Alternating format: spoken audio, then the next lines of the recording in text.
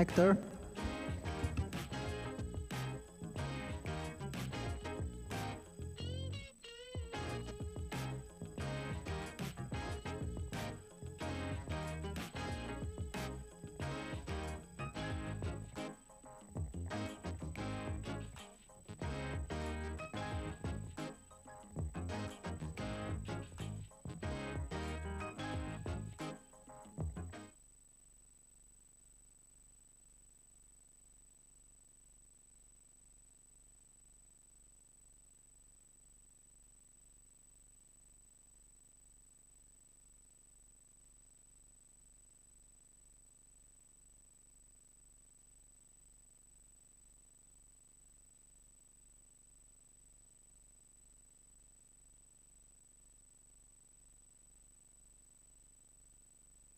Okay, we're starting in 1 minute, just to let you know, speakers. Yeah, 1 minute now.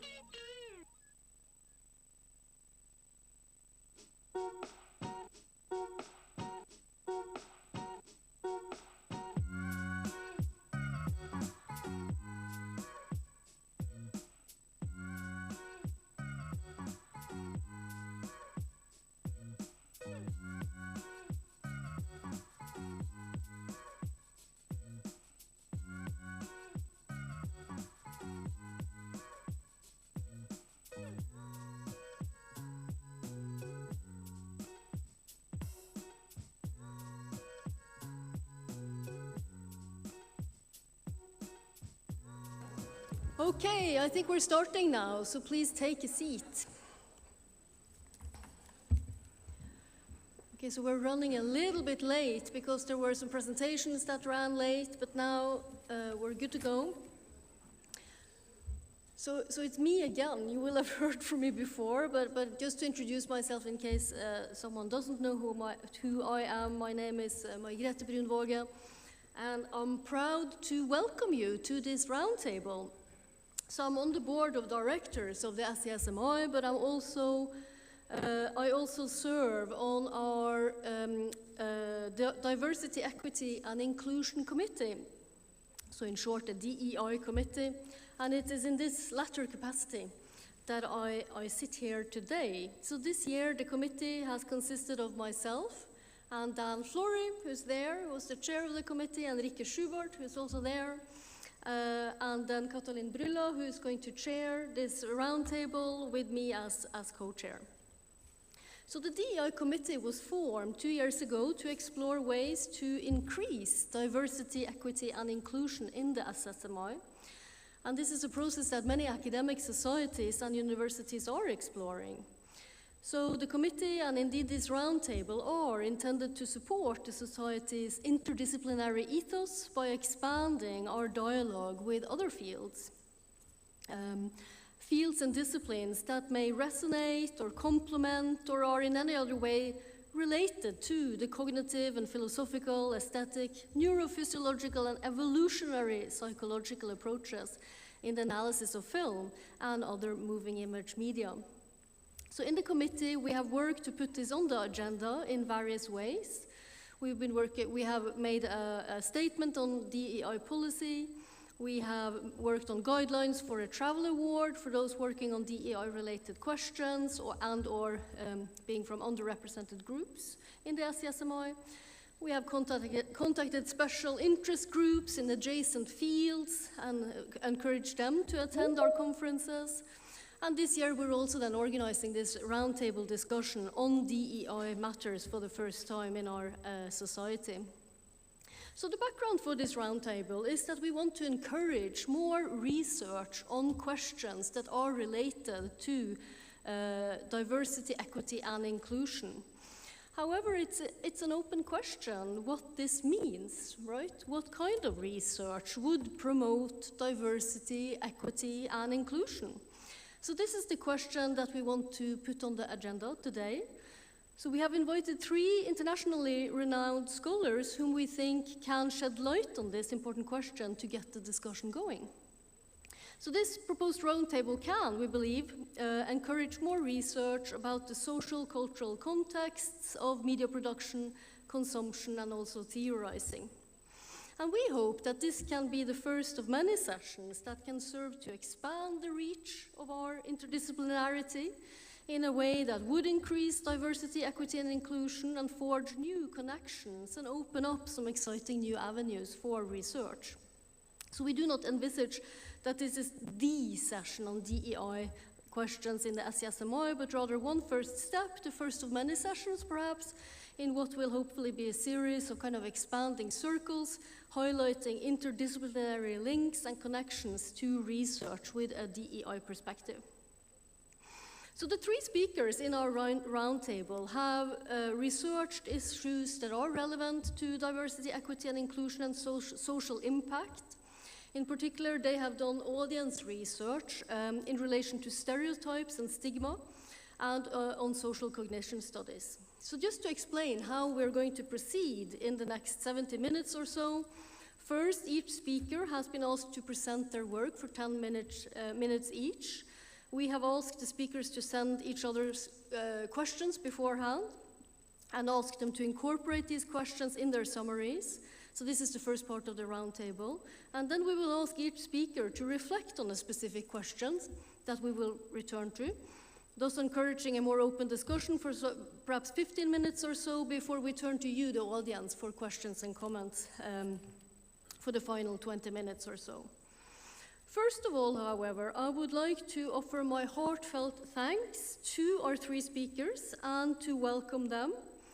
So let me first introduce them, keeping it general, as the speakers will, of course, shortly summarize their own research that is particularly relevant to this DEI roundtable.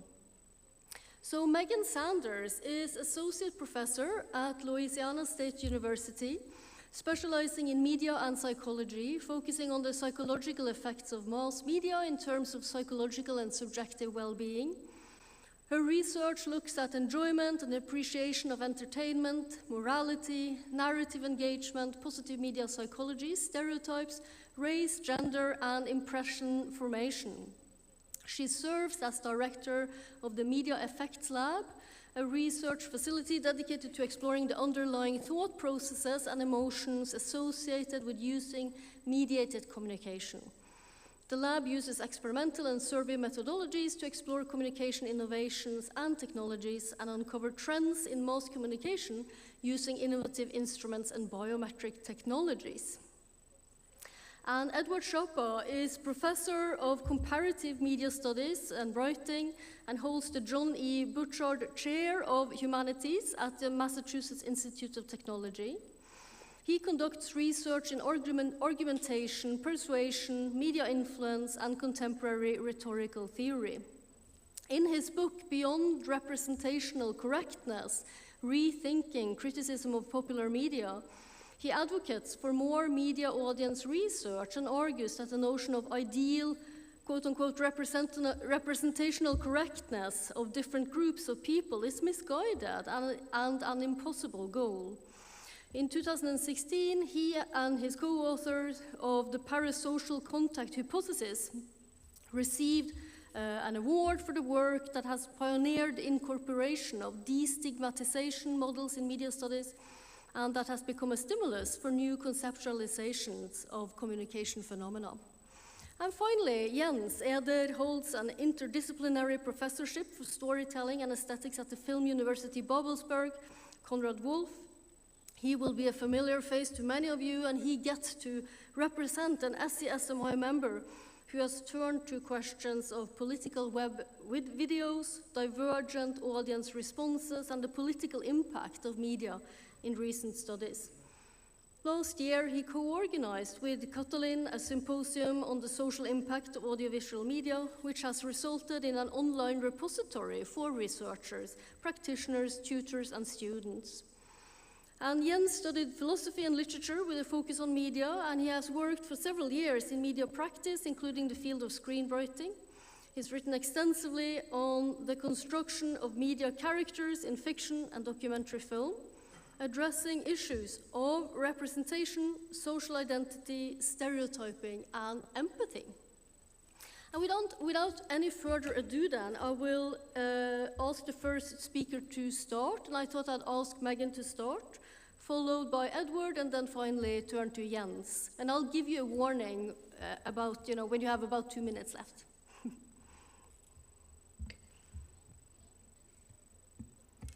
So that age-old question, can you see my screen? Yes, we can see it. I believe so. Okay, great.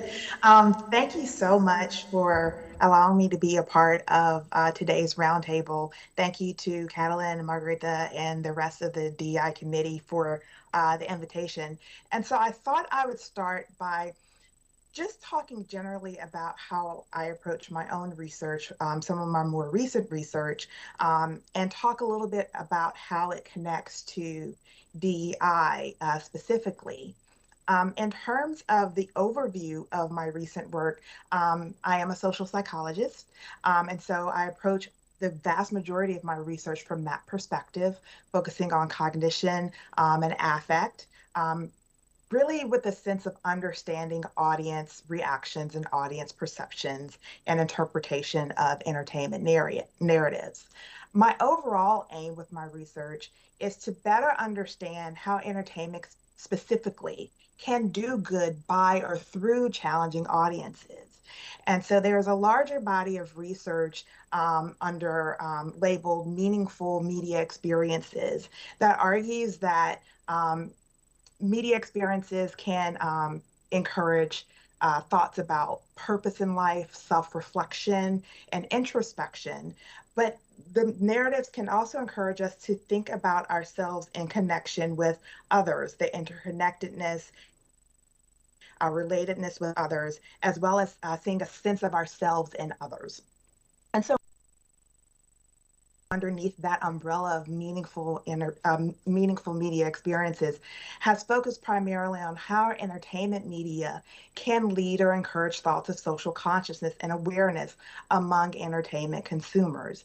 And when I say social consciousness, I'm talking about this idea or the degree to which we are aware that we're part of a larger interrelated community, the sense that we have a reciprocal influence on what happens to others, and they also have an influence on what happens to us.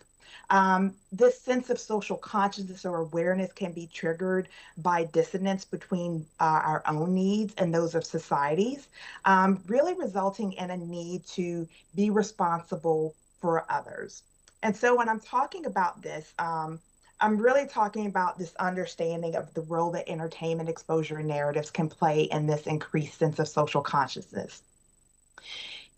And thinking about socially conscious entertainment specifically, I'm talking about narratives that challenge cultural values and identities related to equity and human existence.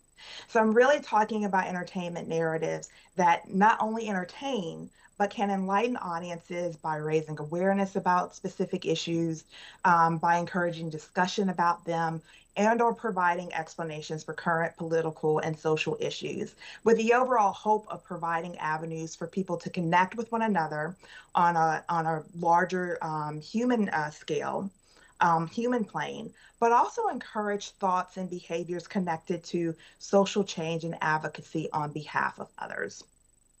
And so in a series, I'm going to talk very quickly about a series of studies that I've conducted, and I'm happy to answer more detailed questions in Q&A, but also outside of this venue.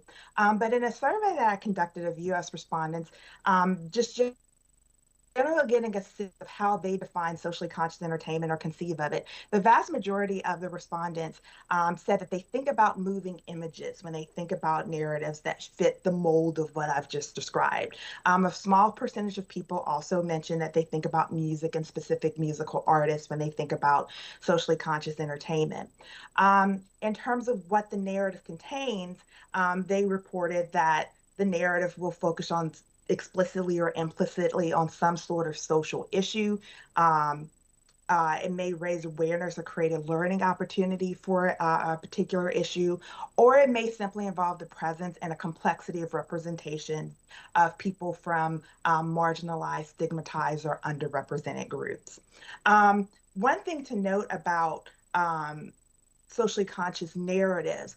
We're talking also about a range of genres, from dramas to comedies to reality shows, as well as documentaries. And we're also talking about a number of formats, as you see here, from moving images to music, but also to social media and video games as well.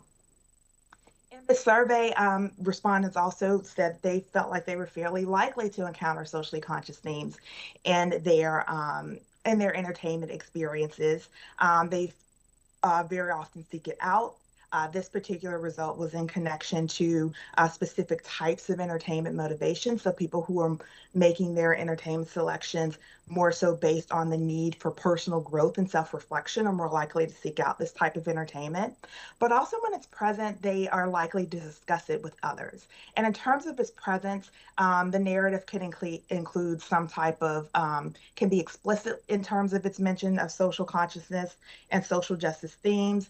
But we're also talking about instances where a theme may serve as a subplot or even as a metaphor. And an example of that might be a film like Avatar, in which the narrative served as a metaphor for climate change and colonialism as well. In terms of uh, impact on attitudes, preliminary experiments have shown that the story and the characters matter. Engagement with narratives, both through the story and with the characters, are highly influential on attitudes. So the more we feel as though we are a part of the story, the more likely there is to be some type of effect on our attitudes related to social justice and interests related to social justice. The degree to which we identify or have a psychological convergence with the characters featured also is highly associated with an increased interest in social justice. In terms of emotional responses, experiencing both positive as well as negative emotions also have an increased influence on social justice attitudes, but also the genre matters to some extent. The nature of these relationships between these variables or these factors and social justice attitudes does differ depending on whether we're talking about a drama, talking about a comedy, or talking about an animated film, such as The Incredibles 2, which had themes related to gender equity, or even a popular film like Zootopia, which had metaphors related to race-based discrimination. Share just a little bit about another study that I'm in the process of analyzing the data for that really focuses on in-group experiences. A lot of the research within social psych tends to focus on the out-group experiences and attitudes and psychological mechanisms for very good reason, because people within the out-group tend to have the majority of the power and structural power that tends to lead to prejudice and discriminatory behavior.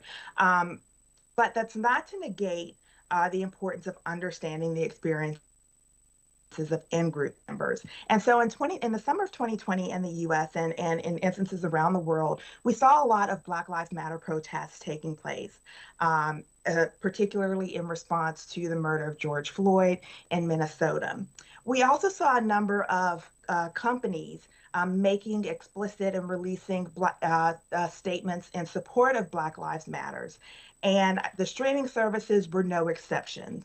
We saw a lot of streaming services, particularly US subscribers in particular, saw a lot of streaming services creating new categories of content and highlighting them when you logged in that said Black voices matter, Black stories matter. And so I conducted a survey of Black American respondents to get a gauge as to how they felt about seeing these particular actions taken by the streaming services. Did they view them as authentic? Did they view them as something that was actually helpful to the movement? And so respondents were asked a series of questions, including how important they thought it was that Black stories were highlighted, but also perceptions of the content that the streamers were actually highlighting as a result of these categories. And so respondents very quickly felt that Netflix was doing the best job in terms of providing the most diverse stories. And in terms of their perceptions, they did think it was incredibly important to tell Black stories, but they also felt like the categories were only moderately meeting their personal needs to see entertainment featuring Black experiences. In terms of kind of understanding whether audiences were excited or disappointed with the content that was provided. The vast majority of individuals said that they were excited, but it was still a mixed bag. In terms of excitement, people felt like the visibility was great, that they could see a wider range of talent being featured, and that they had options in which they could view news stories that they typically wouldn't have had access to. And they saw that these categories as acknowledgement by the streaming services that they as an audience were of value to media industries. But there was also a sense of disappointment because they felt at the same time that they were seeing the same tropes and characters and stereotypes. They really felt like the streamers were really more so posting older content as clickbait for Black streamers instead of providing putting funding behind newer content and newer voices and newer creators. So they were essentially creating a non-solution solution. And they also felt like this was something that should have happened a really long time ago instead of in response to the Black Lives Matters protests. In terms of people's perceptions of the content itself on a 1 to 5 scale, respondents felt like it only moderately challenged Black stereotypes. There was a moderate variety of stories about Black communities and experiences, stories that encourage pride, and stories that also contributed to unconscious bias to a modest degree were still present. Less present, a little less present, emphasis on Black trauma stories, the featuring of characters with a little depth in the content, this feeling that the content was not very thoughtfully chosen. So as this relates to thoughts for strengthening research and inclusion, diversity, equity, and access, I feel like this is really my sense of opening up a broader discussion in terms of opening up, being open to new perspectives and methodologies, but also open to collaboration and being willing to admit what we don't know, what we wish we knew more about, and finding those people who do. I think that we have to be very intentional and particular in collaborations, especially when it comes to this kind of research that could have a very specific societal impact. I would also encourage individuals to take the time to find out what is already there and engage in conversation with the scholars who are already doing the work. There are experts out there in many, many different ways. And this may not come in the form of published pieces. There are a variety of reasons why a piece may not leave a conference format, but that doesn't mean that the research can't and shouldn't be built upon and amplified. I think that we should also think of additional ways to bring together questions of in-group, out-group experiences and how they relate to one another comparatively, but also questions that are driven by structural and corporate decisions, as you saw with the second study that I shared with you all. And finally, I think it's important to recognize that there's diversity within communities worthy of understanding. So how Black American audiences may respond to one piece of content may be very different from how Black African audiences respond to that same piece of content, which may be different from how Black Europeans respond, which may be different from how Afro-Latinos respond. So with that, I feel like I'm right at the edge there. So I Yeah. will stop talking and sharing and turn everything over, back over to the rest of the panel. Thank you so much, Meghan. Thank you. Edward.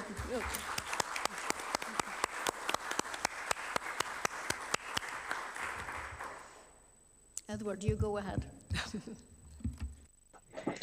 Okay.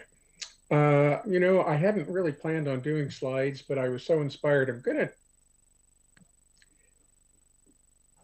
see if I can do this without making a fool of myself.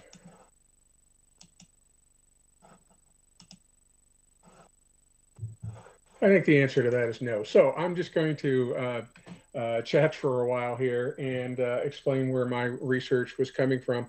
So I was actually trained in rhetorical studies, which is basically a sort of, text-oriented discipline.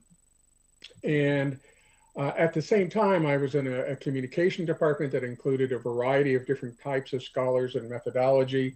And I've never felt too constrained by the discipline in terms of what I could potentially do as a scholar. And a little over 20 years ago now, I was getting increasingly sort of agitated over certain kinds of claims that scholars were making on purely textual analysis of popular media. And what bothered me about it was that there was sort of a formula to it, which is this text might look progressive, it might look socially conscious, but if you decode it the right way, you'll see that it's actually repressive in A, B, or C manner. And I just felt like that kind of textual-based analysis was missing an important part of the picture, which of course is the audience. And so in the late 90s, which now seems like a long time ago, a then graduate student and I did an article that basically argued for doing more audience research if you want to advance certain kinds of claims about texts. If you want to make claims about their definitive meaning or about their potential effects, then you really need to do some kind of audience research. Not long after we did that, an article came out about the TV show Will and Grace that basically argued this may seem progressive, but in fact it promotes heteronormativity in A, B, and C manner. And without trying to defend that show as ideal representation, which of course I don't think is possible, that once again motivated me to collaborate with colleagues, Peter Gregg and the late Dean Hughes, on a series of experiments and survey research that tried to get into the audience research. And that led to what we now call the parasocial contact hypothesis. And the idea is fairly simple. In social psychology, the contact hypothesis has been around for 70 years or so now. Hundreds and hundreds of studies have shown that a path towards reducing, not eliminating, but reducing prejudice is getting to have positive contact under certain circumstances with groups with whom you're not familiar. Hundreds of studies literally around the world. And meanwhile, in our little siloed discipline of communication over here, we have this notion of parasocial interaction, which says that, hey, you learn about people, you develop opinions about people, even if you only know them through mediated form. So we simply smushed the two together and said, well, can we reduce prejudice through parasocial or mediated contact? We did a series, as I said, of experiments on that found, in fact, yes, you can. And that the key, just as Gordon Albert said back in 1954, was differentiating your category, going from a narrow stereotypical category where you define a group of people by one or two characteristics, and then by exposure to multiple examples, you realize, oh, that category is more complicated than that, that leading to a decrease in prejudice. Alport was very optimistic. He said that he believed that prejudice was rooted in ignorance, and I think certainly part of it is. And that's something that parasocial contact can reduce. A couple other things we found in our research is that, a strong attachment to a character who represents a group with whom you're not previously familiar, that can reduce prejudice. Even finding certain representative characters in a show who you find as physically attractive correlated with reduced prejudice. So all of that goes to say that something that everybody, I think, here today would obviously agree, which is representation matters. And now we have a growing body of empirical research that documents that prejudice can be reduced through mediated contact and that representation matters. A related point to that that was mentioned in my little introduction was this idea of avoiding the myth of ideal representation. I don't know that we're completely past that, but I think we're moving past that.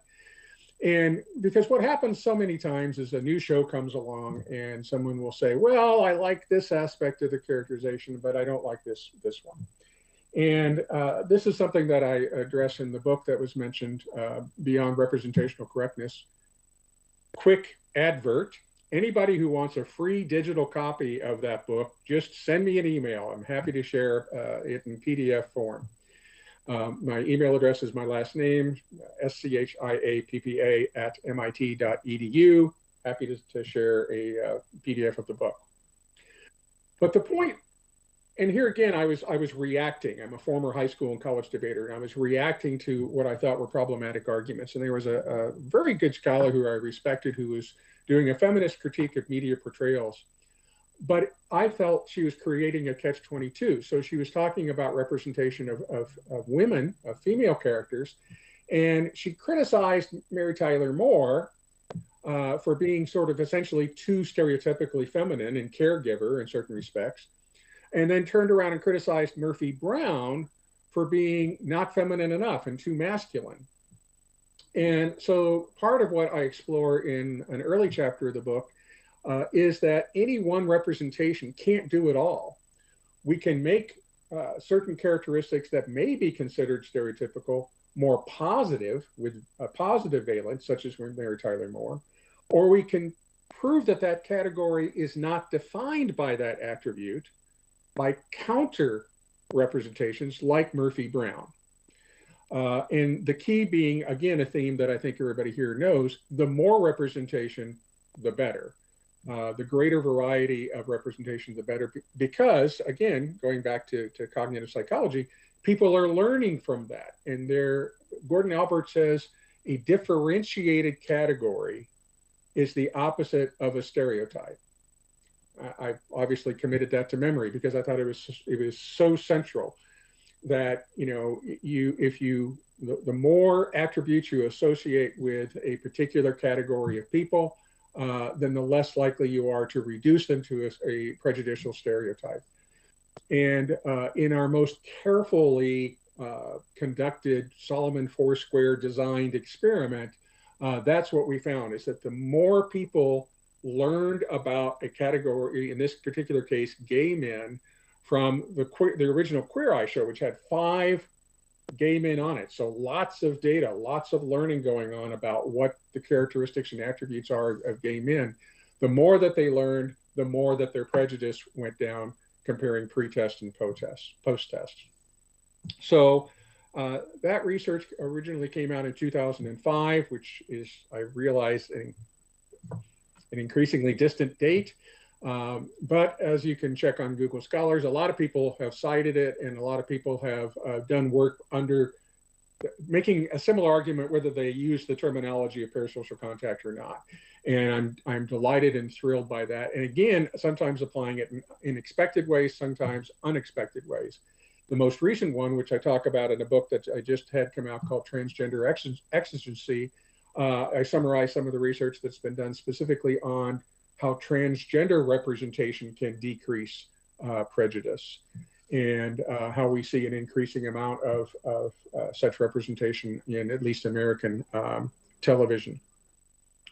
So, you know, I'm at 9 minutes right this second, so I think I'm going to go ahead and wrap up there. But that's where my research was coming from, and I just want to be honest, it was a reaction to what I felt was overly text-oriented research, and that if we want to advance certain kinds of claims, that we need to add that audience research. And that's probably uncontroversial for this particular audience, but at the time, you know, it challenged certain norms that had emerged, particularly with a lot of media critics in the communication discipline. I'll stop there. Thank you so much, Edward. That's great. Okay, so yeah, let's. Thank you. And then we turn to Jens. Thanks. For a start, I have to say that in contrast to Meghan and Edward, I'm not really an expert in research on DEI. However, I've been interested in these topics for some time, and I'm convinced that SCSMI would greatly benefit from researching them more based on an interdisciplinary exchange. So I'm very grateful to the organizers and the committee for the invitation to this roundtable and the opportunity to learn. In my work, I have been confronted with questions of diversity mostly in 3 contexts. film practice, theory of characters, and the social impact of film. And let me start with film practice. I'm teaching at the Film University Babelsberg, which is at the same time a university specializing on film and the largest film school in Germany. And therefore, I'm teaching not only young media researchers, but also future filmmakers with quite diverse backgrounds who are very aware of the huge problems with diversity in film and especially the misrepresentation of marginalized social groups. And not only are our students thirsting to change that, but the film industry is also changing. Media companies, professional organizations, streaming services like Meghan pointed us to, and funding bodies call for more diversity. And the question is how this diversity can be achieved. And clearly there's a need for greater diversity in the film industry itself, in the persons. But how can filmmakers also tell more diverse stories with more diverse characters? And there is, I try to share my slides about that. So I hope this works. No, it's the right one. Okay, this one. There's a rapid spread of diversity courses, consultants, and manuals with titles like Writing Diverse Characters, which are usually not drawing on research. However, the narrative forms that emerge here could, I think, well be examined from the perspective of a poetics of cinema or a poetics of diversity, for instance, by analyzing such guides, similar to the way David Bordwell, Kristin Thompson, and others did years ago. So this would be the field of practice, and this leads directly to my second field, the theory of characters and viewers' responses. How can we account for their social side diversity? What do we have to consider? Currently, I'm revising the English translation of my book on characters, which will come out in a few months. And when starting with the revision of the German edition, which had been published 14 years ago, I was frankly shocked at how little I had actually considered issues of diversity at that time. So I'm trying to improve that in the English version, and I'm aware that several other SCSMI scholars have also examined characters and diversity extensively, like Dan Flory, Margrethe, Rike Schubert, Karl Plantinger, Catalin. But there is still a lot to do. And one thing that seems important to me in this respect are character constellations as parasocial and aesthetic systems, including conflicts, hierarchies, and many other interrelations. Where are members of marginalized groups situated in such systems, and how are viewers' attention, emotion, and perspective taking distributed across a constellation, especially concerning marginalized characters? A central example in my book is Casablanca, which is a great film, but look at the number of female main characters in the constellation, or the position of people of color, and I think such constellations could be examined across larger samples of films and genres. Another crucial question is how to model viewers' responses to characters, and I think this is quite complex. The term parasocial interaction already indicates that many theories focus exclusively on characters as represented beings on their physical, psychological, or social traits that elicit sympathy or empathy. According to my approach, viewers' responses are more complex and include further layers, each related to questions of diversity. And I will not torture you with this strange graphic here, diagram here, but turn to an example. This concerns the perception of audiovisual forms or what might be called an aesthetics of diversity. For example, if a film's lighting is optimized for white skin, black characters and their facial expressions are eclipsed already on the visual level. Richard Dyer has described that as lighting for whiteness. And in contrast, Barry Jenkins's Oscar winner Moonlight, the filmmakers use a specific camera, lighting and color grading suitable for darker skin tones. And arguably, this influenced also viewers' responses to Chiron, the homosexual black protagonist, by foregrounding his facial expressions and associating him with moods which are quite difficult to verbalize. While such responses occur below the level of parasocial interaction, I would say others go beyond. For example, viewers may reflect on how a character is used by filmmakers to spread didactic or discriminatory messages. When contemporary German viewers watch Veit Harlan's anti-Semitic hate film Jud Süß, for instance, their responses to the protagonists are likely to include thoughts about how the character was instrumentalized by the Nazis in the Holocaust. And this may be an extreme example from the past, but there are analogous cases in the present. I turn to the third field of work I would like to mention here, which is the study of how films, such as the mentioned ones, could have social impact. And Margrethe already mentioned the symposium that Catalin, Brylla, and Tobias Galke and I organized last year. You can find the talks and more information on this website, abimpact.com. And during the last years, Britta Hartmann, Tetja Sukmana, and I have also been researching attention strategies of political videos in social media, such those of the Black Lives Matter movement, videos by feminists, leftists, and environmentalists. And our website contains many video analysis, and there's also a book in the making. As Karl Plantinga also pointed out in his talk yesterday, the effects of media are notoriously difficult to grasp, and my co-speakers know that much better than I do. I think at least three different empirical approaches examine multifactorial, dynamic, and transactional effects. Media psychologists use experimental studies and statistics to measure changes in viewers' attitudes before and after watching a movie. And social science researchers use qualitative methods like focus groups to examine effects of, for instance, entertainment education.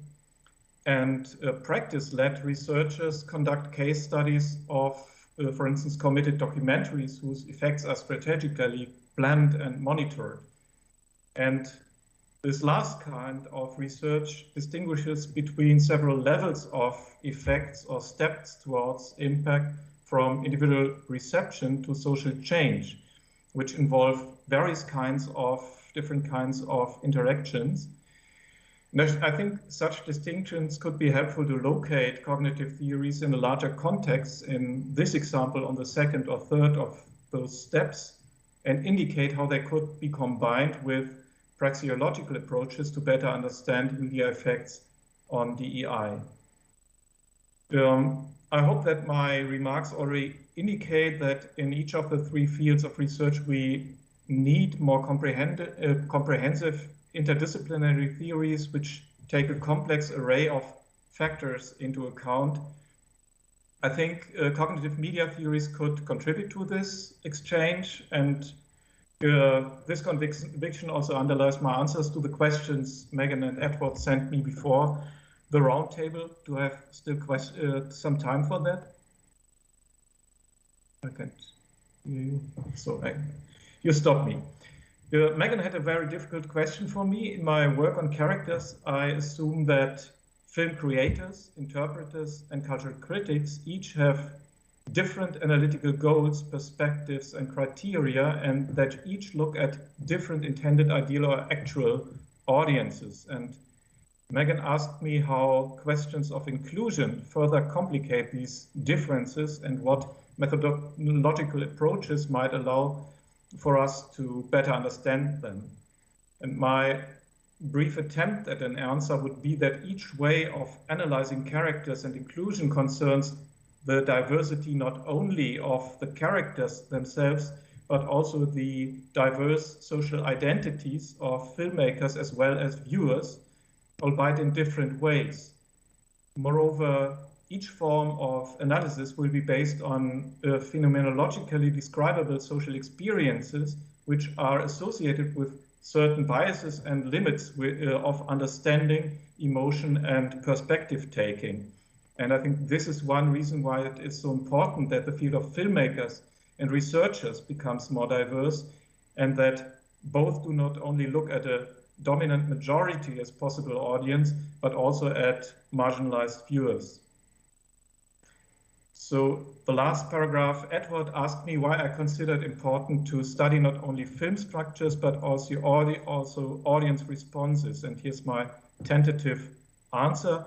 I'm convinced that we can only understand the relations between film and DEI if we take both film structures and the minds of specific audiences into account. And on the one hand, many studies show that viewers' responses diverge along the lines of social identities and experiences, so it is not sufficient to posit a universal hypothetical spectator, but we need empirical audience research and psychological models of the crucial differences between minds. And on the other hand, empirical audience studies alone will not be sufficient to understand why and how audiences respond in certain ways to representations of marginalized groups. And for that, we also need complementary models of film's narrative, rhetorical, and aesthetic structures. And it's here where I see an extremely fruitful and necessary exchange of cognitive media studies with approaches in social and media psychology, as Meghan and Edward represent them in such inspiring ways. Thanks. Thank you so much.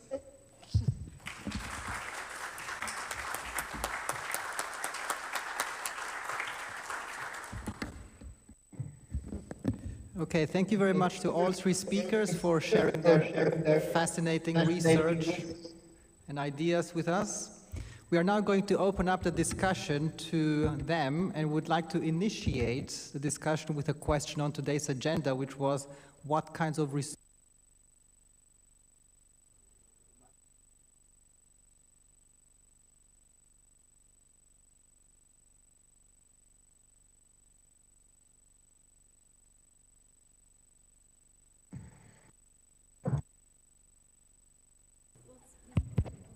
Okay, we're back.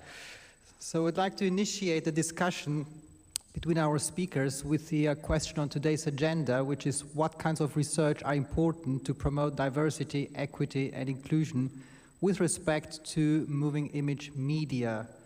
So Meghan, Edwards, and Jens, the floor is yours.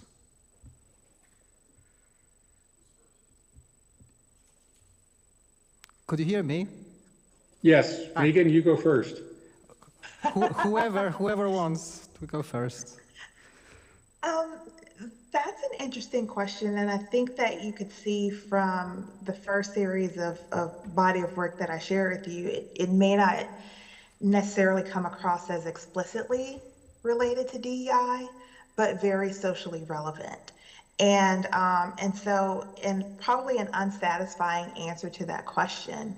I think that I'm very driven by research that that inspires questions in me based on what I'm seeing happening around me. And so I think that paying attention to what's happening in the world, paying attention to who we are as media consumers ourselves, can sometimes lead to those important pressing questions related to DEI that maybe we've thought about but haven't taken the time to really push forward, that maybe have never occurred to us to engage with, or that those around us that come from conversations that we're having with those around us. And so I think that in terms of trying to figure out what's socially relevant, I think that just paying attention to the world actually helps us figure out what types of research what type of research we could or should be focused on. Case in point, this body of work that I started about 3 or 4 years ago, it was inspired all by the movie Black Panther. It wasn't a complicated idea, but I'm sure everyone in the room is familiar with the film, but it raised all sorts of questions in the narratives and all kinds of conversations amongst audiences of different backgrounds and different cultures around the world. And it occurred to me, hey, if a Marvel superhero movie can do this and have people talking about questions of colonialism and talking about African countries in a positive light for a change, what else can entertainment experiences do? And so I think, again, just paying attention to what's happening can drive some really, really big questions. I can add a little bit. I also just wanted to ask if you've seen the comic books that Marvel put out, written by Ta-Nehisi Coates on Black Panther. Okay. Yeah, I collected those for a while. So, because I mean, that's a different audience, obviously. Anyway, I just don't want to go off too far on that. I do love that this panel is happening. I love that this conference is happening, because the key answer to everything is more. More research of a variety of methodologies. I love the mention of the importance of lighting to representation and how that can be influential. I would also add that there's actually research, since so much of our media is consumed through, other than in the movie theater, there is research on how the size of the screen can influence your parasocial experience of those characters. So it's really quite interesting. The other thing that I would add that's a little bit more on point to DEI initiatives is this is a hot button issue on college campuses right now. What are appropriate and potentially inappropriate DEI policies that are being forwarded on college campuses? And one of the research findings has been that if you sort of put people through the sort of standard awareness raising DEI training, it doesn't stick. What changes behavior is actual contact with a diverse population. In other words, hiring a more diverse faculty will change attitudes and behaviors of the faculty as a whole, not just sitting through the obligatory and as soon as it's required, resisted DEI training. And that just sort of seems to me to resonate with what we're saying here about the importance of representation, because again, that is a way we get to know people and categories of people. And somebody mentioned in the comments about intersectionality. Absolutely, it's also media representations, and it doesn't matter if it's fictional or nonfiction, and it doesn't even matter if it's animated. They can all influence attitudes and learning about categories. All right, that's the end for me for now. So I try my take. So from a theoretical perspective, I would say that on a first level, Grundlagenforschung, foundational research is really important because it provides solid theories and empirical findings that can then serve as a basis to better understand the relations between media and DEI. And you mentioned so interesting things about that already. From a practice-led perspective, I would say that research is important if it's applicable and suitable to inform and shape also media practice.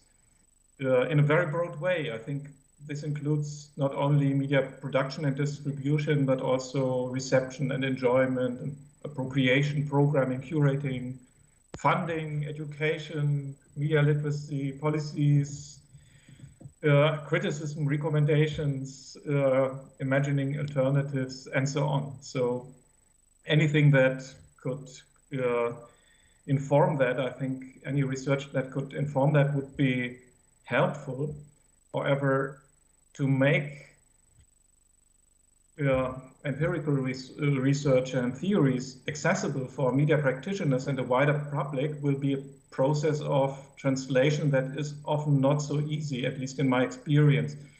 So practitioners do not exactly always wait for researchers, but they have to be won over or convinced.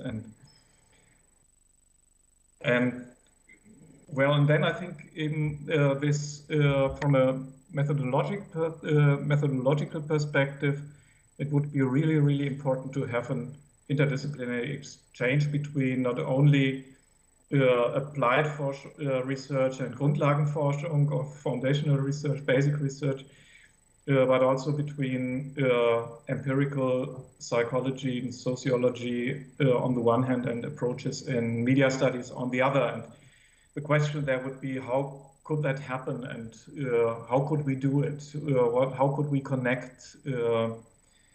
I know that you did this in your work also, or made those steps, and maybe this could be something we could talk about later also.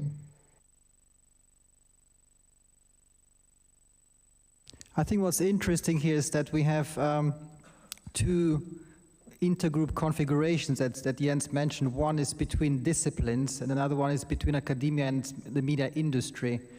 And either configuration is beset of stereotypes and stigmatization, which is quite ironic.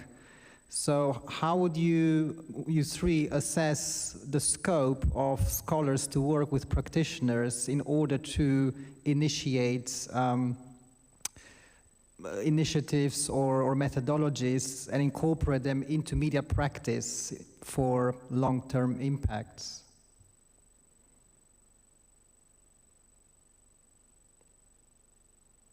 What would be some of the strategies to link the industry to academia and vice versa, first of all, and secondly, to maybe adapt some of these complicated models, well, not complicated for us, but for the industry, to simplify them and to prompt them to use representational techniques that are based on research, but at the same time can be adapted to media industry formats, economical constraints, and so forth. Because as a media practitioner, I find it's very challenging myself to marry the two, let alone hook up with the industry and send the models to them. But you already did it, Catalin. Maybe you can share your experiences about working with the BFI and Channel 4 and so on. That would be interesting.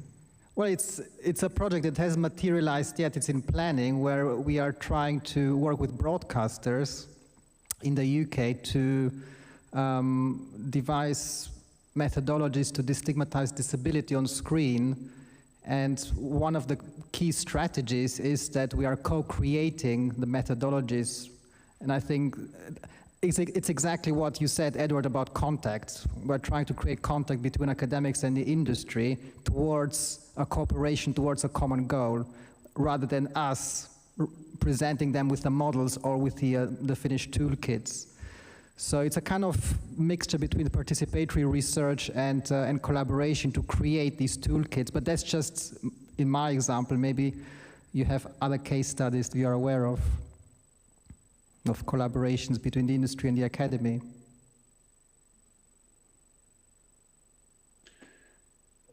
I think it has to be opportunistic. I mean, if you want to talk about a successful marriage, you would talk about research done for decades on Sesame Street. It's the most studied media content in history, but that's because they had to get grants. And so they learned very early on that if they could document their results and work with scholars to do that, that there could be a fruitful relationship.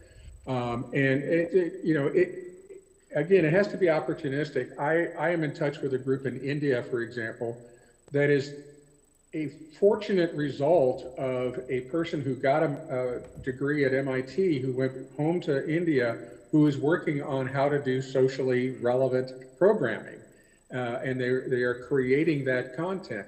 And it's just sort of, you know, it's sort of like getting grants in general. There's no magic formula. You just have to kind of look for the opportunities and exploit them. I would point to a sort of mid-ground between, artists don't like to be told what to do.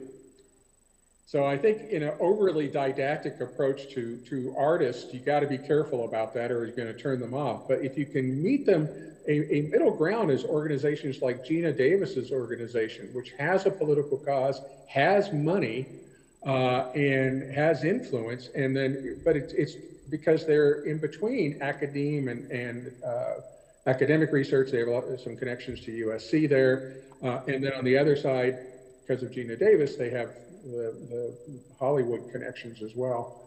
It's not a very satisfactory answer, but it's just sort of like, if there is an opportunity, you got to take advantage of it.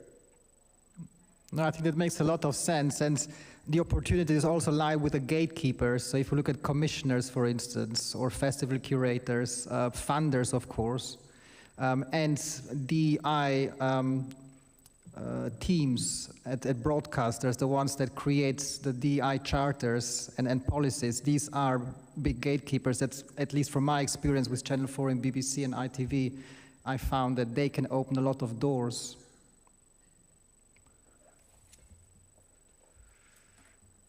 Are there any comments, any other comments about this?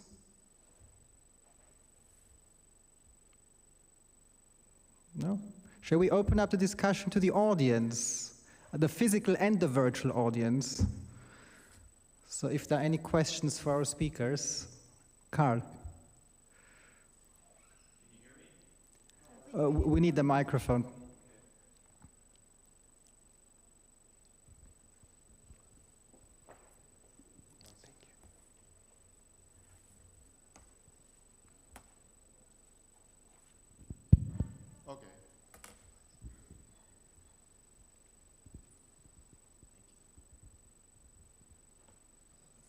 Thanks to everyone for these wonderful talks. I really enjoyed all three of them. I was contacted, I do some research on ethics of storytelling in audiovisual media, and I was contacted by a producer just a couple of weeks ago, and I put him off, and I'm very glad I did because I really don't know how to answer his question. He's a TV producer. He works with writers in developing content for streaming, and he said to me, I saw that you're working on this issue. Can you please answer this question for me? What I find is that if a writer approaches a topic with a certain political or moral objective in mind, it often turns out to be a boring or a formulaic story. I mean, you try to fit your intentions into a Procrustean bed, and it becomes too predictable, and people don't enjoy it. How should I work with writers if I want to help them to develop more socially, some morally significant programming? Do any of you have any advice about how I ought to answer this question?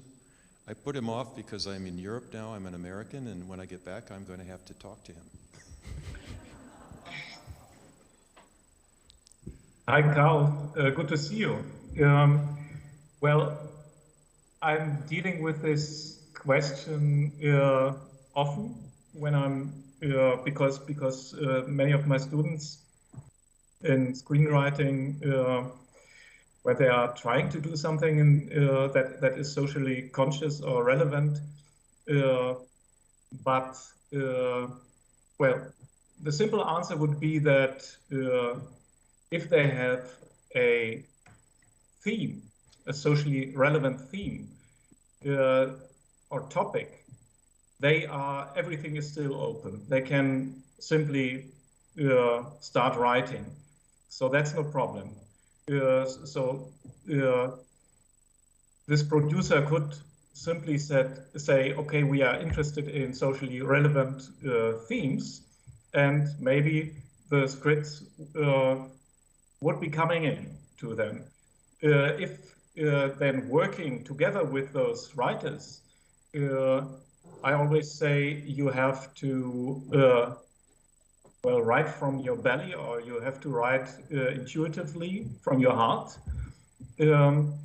spontaneously, and not according to some scheduled plan, but in the rewrites that every script needs. You have to, you are able to change so many things and to focus your socially relevant message. And you can do that, I think, without destroying the creativity and the specificity of the material. So that would be my attempt at a short answer to that.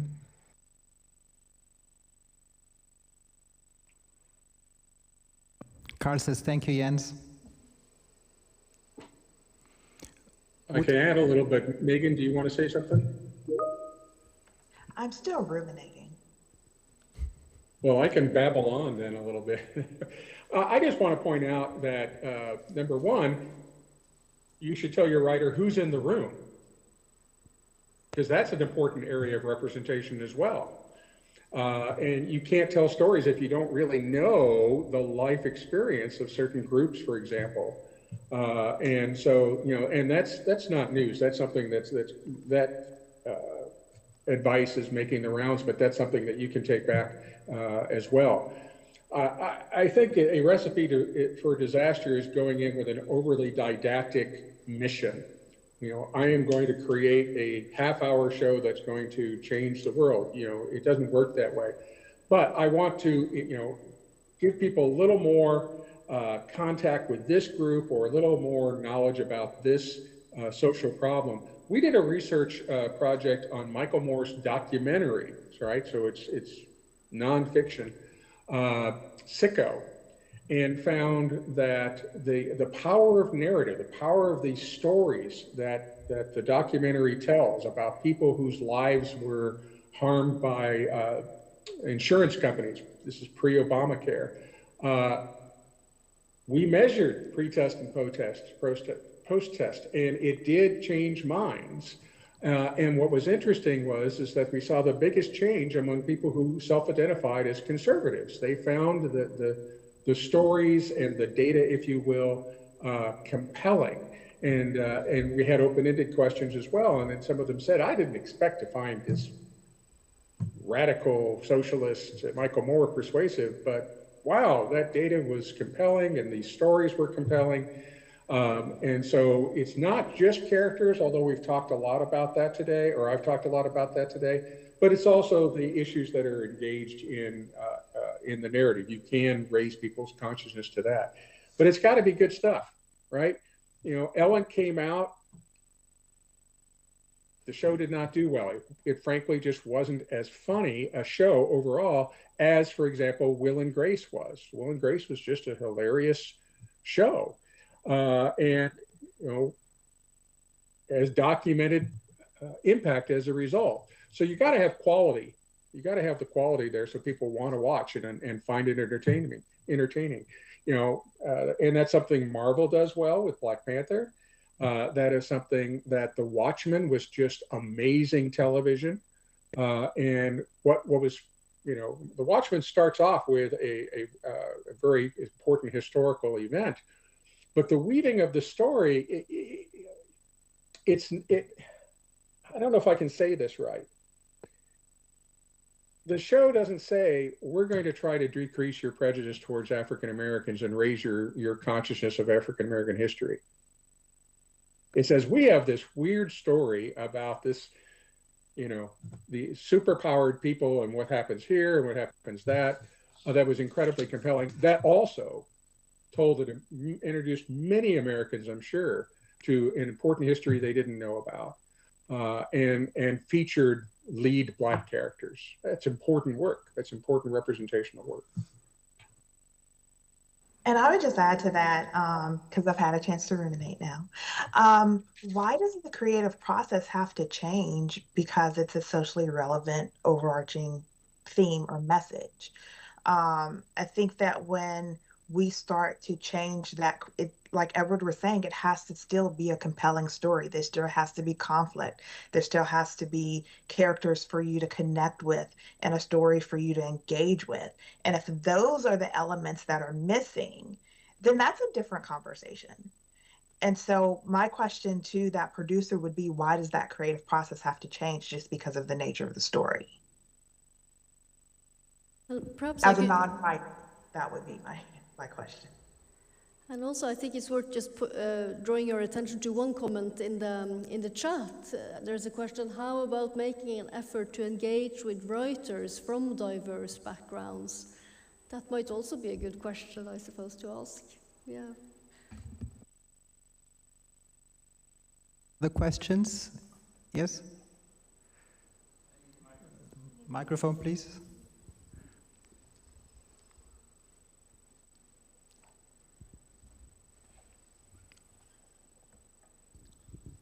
So my question or comment, well, it's a comment question, has to do more with how you promote and how you create more DEI-related research within a community. It's a tricky thing to do. I think one of the things, and Meghan had a slide specifically dedicated to this, certainly widening research questions, methodologies, and this society is amenable. It's one of the most interdisciplinary societies I've been involved with, and it's certainly, you see a diversity of methodologies and research questions. All is possible here. I'm convinced, and I've thought about this in other societies for which I'm in a leadership role, that the secret is young scholars and students, and providing opportunities for explicit opportunities for young scholars who are doing research related to this issue, in part because when you develop affiliation with the society at an early part of your career, you tend to sustain those affiliations. And two, these are individuals who are hungry for new collaborations and opportunities with other scholars that at various levels of their professional development. So that's my comment, and I would love to hear other people's thoughts, and the panel's thoughts. I would add to that list early career and mid-career scholars as well. People who have been doing the work for a while, but for whatever reason their work has not received the same attention as other types of research or other topics. And so really taking the time to find out just how vast the community already is and providing the opportunities and the opportunities for amplification and collaboration of that work also. So I would add early and mid-career scholars to that list. Edward or Jens, would you like to comment? Okay. Then we have Todd, please. Thank you so much for participating. My name is Todd Brylla. So I have a question about teaching, and I wanted to hear your thoughts on two concerns that I've encountered in my own teaching as I, like so many other academics right now, are trying to revise our lectures and our courses and make them more inclusive, make them more diverse in terms of representation and other issues. So, and these two problems are as follows. So I'm not an expert in this issue, and I'm not used to speaking about things that I don't feel expertise in. But I am still desirous to engage these issues because of their social importance. So this poses kind of a problem for me, you know, being an authority in the classroom, and so I want to know if you know of any strategies for that. And a related issue is I have been trying to revise lectures and create new lectures that are addressing some of these social issues. Again, I'm not an expert, but I'm also nervous about doing so. And for instance, I've written a lecture on blackface in Hollywood cinema that, I mean, people just couldn't believe I was even taking it on because the images are so offensive. And I didn't know how best to manage that and was sort of nervous about my own safety, you know, my own status as an academic and worried about complaints. And so I consulted a diversity trainer. I gave the lecture to the diversity trainer. It was really a lot of work because of my lack of expertise and because of the sensitivity of the topic. So I'd like to hear your thoughts on those two matters. Thank you.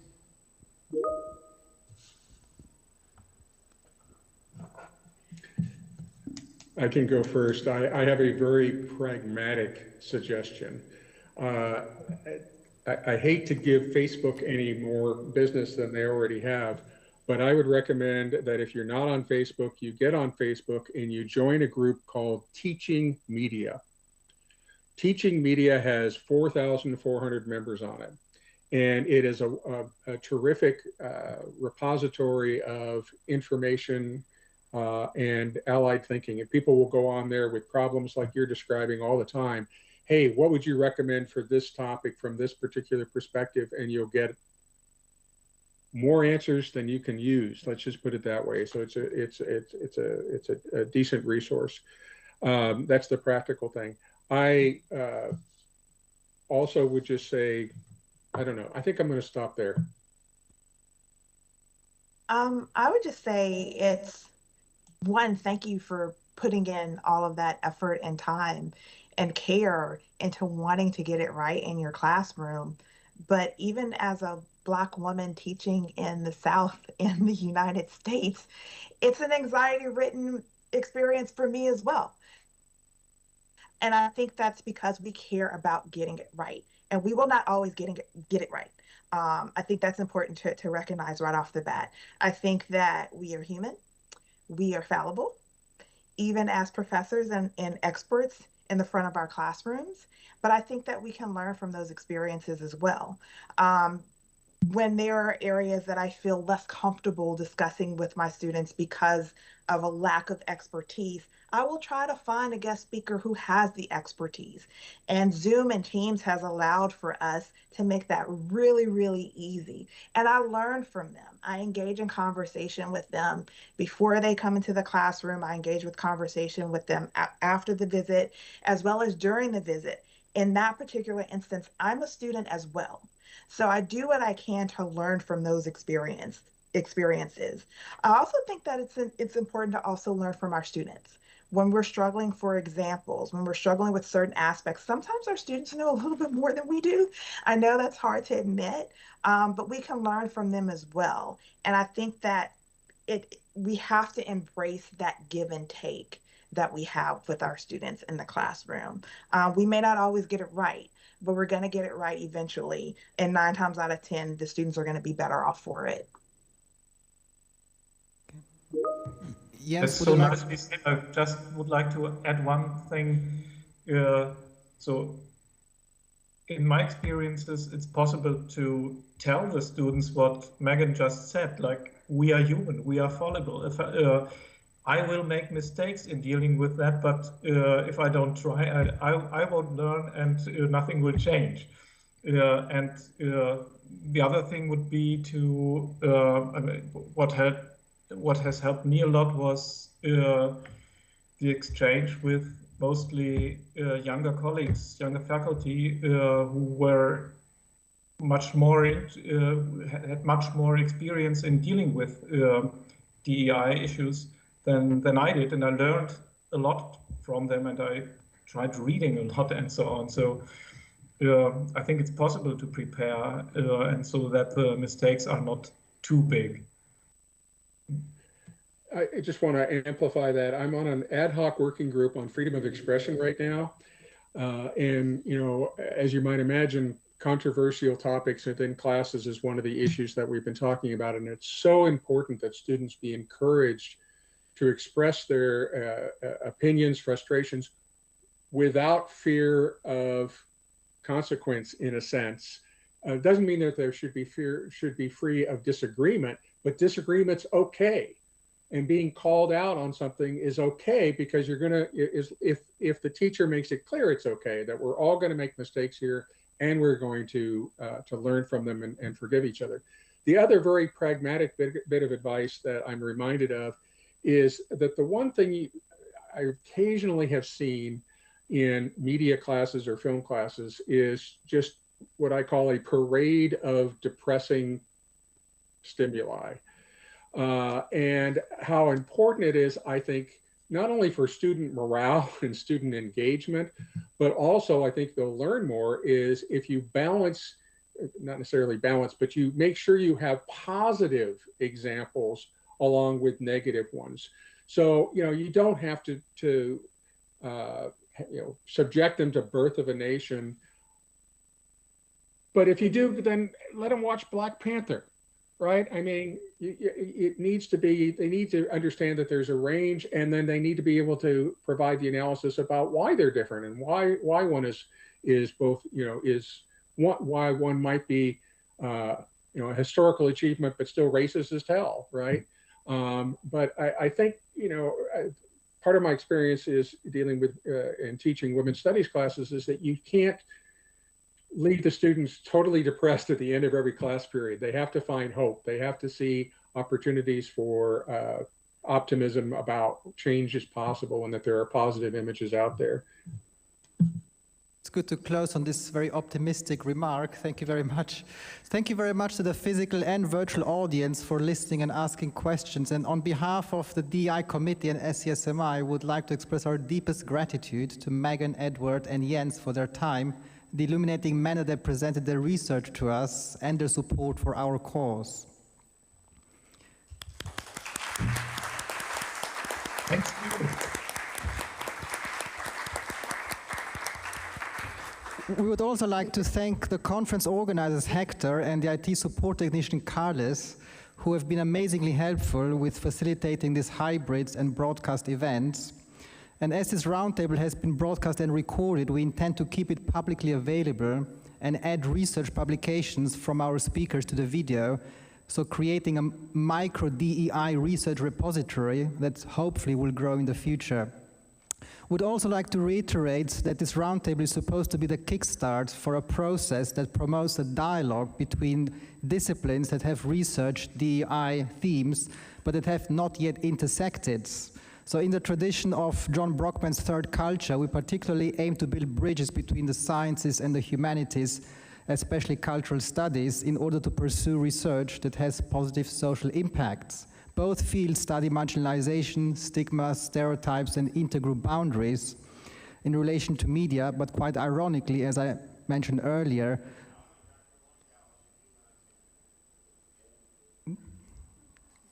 was it for me? Okay.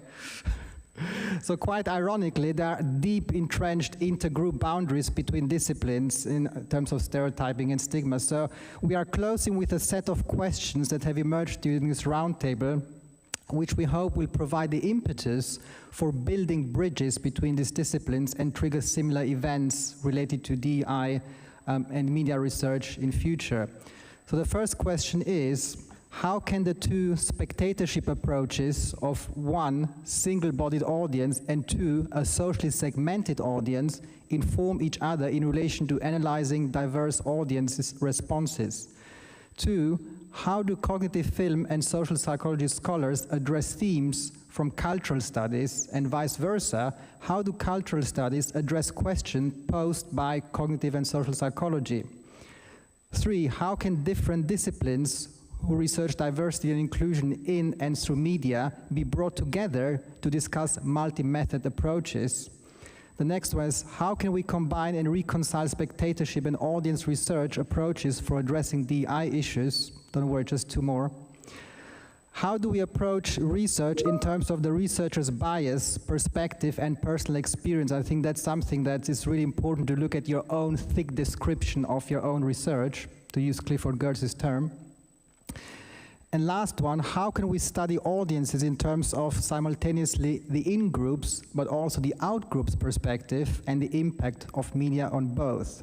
So on this note, thank you very much, and wherever you currently are, we wish you a pleasant evening, night, or day.